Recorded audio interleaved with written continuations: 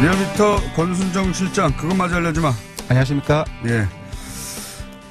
이번에 사람들이 굉장히 궁금해 할 것 같습니다. 왜냐면. 전화도 많이 받았습니다. 네. 안희정 전 지사 사건도 있고, 그리고 네. 이제 연일 계속해서, 이야기들이 나오고 있기 때문에. 네.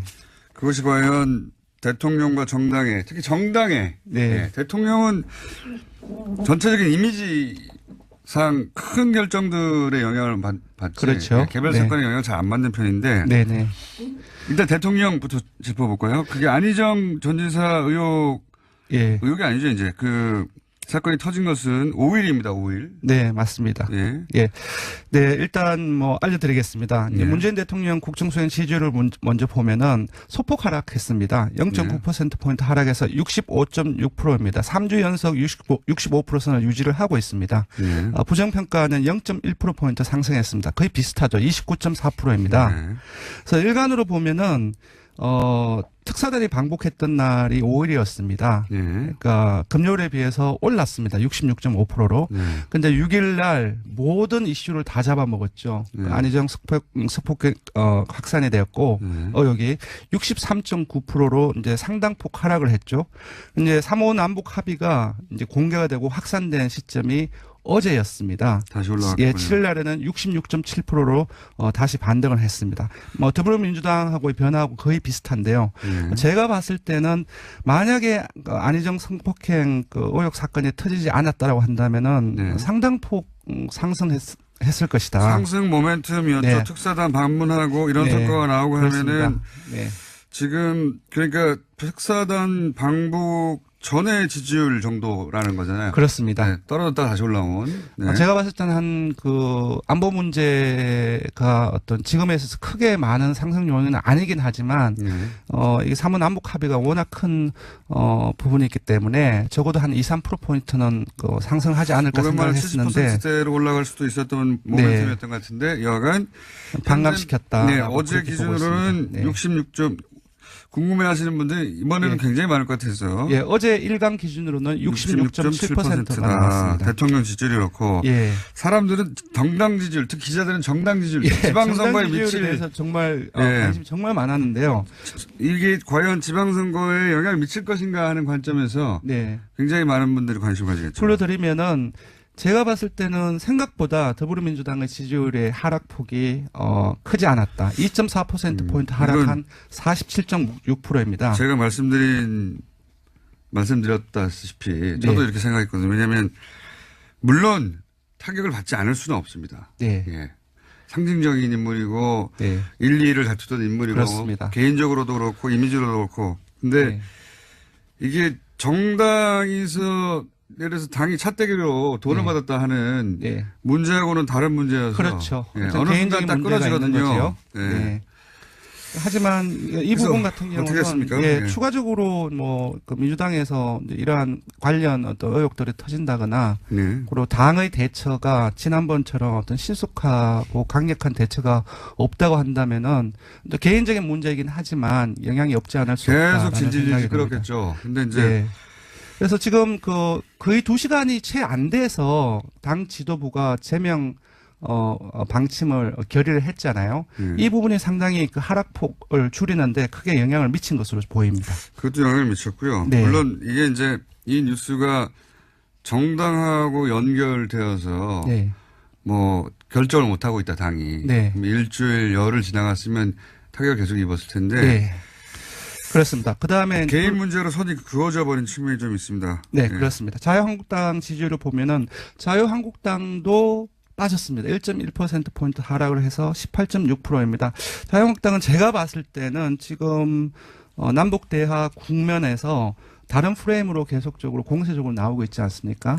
특사단을 자꾸 공격하는데요. 예. 물론 우리나라에는 탄탄한 이 북한 문제에 대한 보수층이 있긴 있어요. 그렇습니다. 네. 보수층이 있긴 있는데 이제 정당이 나서서 이제 네. 방북 성과를 비판하잖아요. 그걸 믿고. 그렇습니다. 그럼 정당은 꼭 떨어져요. 그래서 보수 지금 정당은. 예, 프레임 자체가 이제 북의 위장 평화 공세에 말려드는 것이라는 것을 계속 주장을 하고 있는데 지금 이번 주에 이제 특사단을 둘러싼 여러 어떤 얘기들 그런 부분들을 봤을 때 이러한 어떤 프레임 자체가 좀 설득력이 좀 약하게 인식되는 그런 경향이 있는 것 같습니다. 그런 요인으로 보이고요.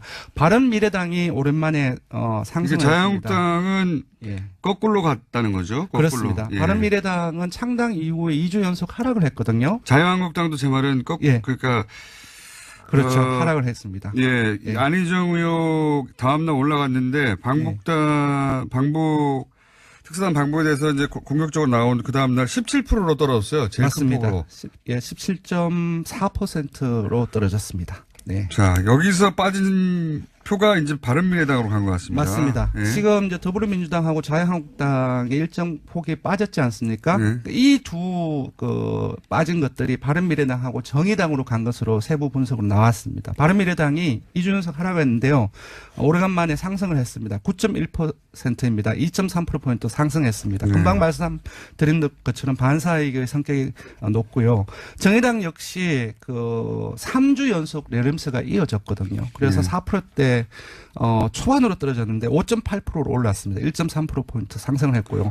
분석 결과 더불어민주당의 지지층의 다수가 정의당으로 간 것으로 이제 나왔고요. 민주평화당이 약세를 계속 보이고 있습니다. 0.3%포인트 하락해서 2.7%가 나왔습니다. 더불어민주당은 그래서 7일 기준, 어제 기준으로 대통령은 66.7. 궁금하신 분들이 많아서 그렇습니다. 굳이 따로 불러드립니다. 더불어민주당은 47.7. 네. 오히려 그 소폭 6일보다 오히려 소폭 올랐습니다. 네, 더불어민주당 오히려 올랐고요. 네. 대통령이 오히려 올랐고 자유한국당은 17.4%로 17.4%로 최근 들어서 가장 큰 낙폭입니다. 네, 그렇습니다. 어제. 네.